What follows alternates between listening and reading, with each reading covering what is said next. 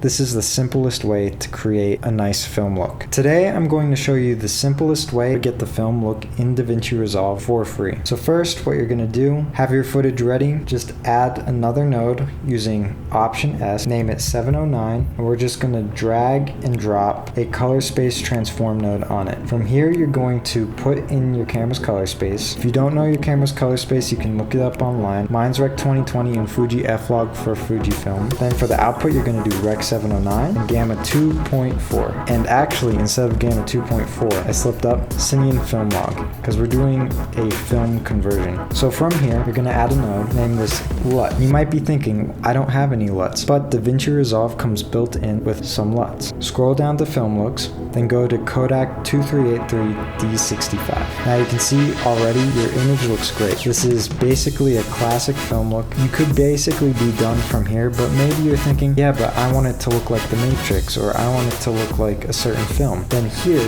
I'll type this in primaries for the first node, and this is where you can make your corrections. Now, you don't really want to do it all on one node, but for this video, to keep it simple, I'm going to do everything on one node. So first, you can adjust your exposure with this wheel here. So I'll put it around this range, and let's say I want to make the Matrix look. So let's make this more greenish yellow, and already this is kind of looking like the Matrix. If you wanted to go into more detail, you could do a yellowish for the highlights and correct the shadows here, and now bam, there, look, we have a Matrix type look already done. Now we can reset this. Maybe you're like, yeah, but I want an orange and teal look. All you have to do, adjust your exposure a little bit, go teal. You might be thinking, yeah, but there's no orange or anything like that. Bring up the saturation to about 80, and you can see there's a little bit of orange. You want to bring that back, just edit that in.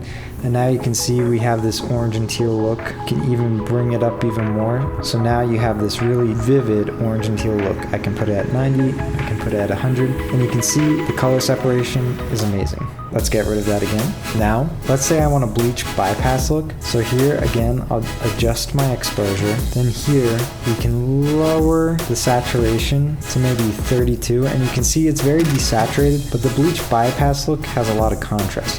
So here we can go to the contrast wheel. You can just slide that up. And there we have a nice bleach bypass look. Now this is very simple. This is very straightforward. You can make a lot of looks based off of this, and really the only limit that you might have is your imagination. You can tint this bleach bypass look, you can make it colder, you can make it look like 007, it's really up to you. But even if you're a beginner, this is the simplest way to create a nice film look, especially with this LUT. If you turn this LUT off and go to Gamma 2.4, you won't get this film effect, you won't get that orange and teal look. It'll be a different look, and it might look nice, but it won't be that film look. Anyway, that is the simplest way to get the film look in DaVinci Resolve. I hope you enjoyed this. If you have any questions, leave them in the comments below. And if you want to learn how to get the fall look, click this video here.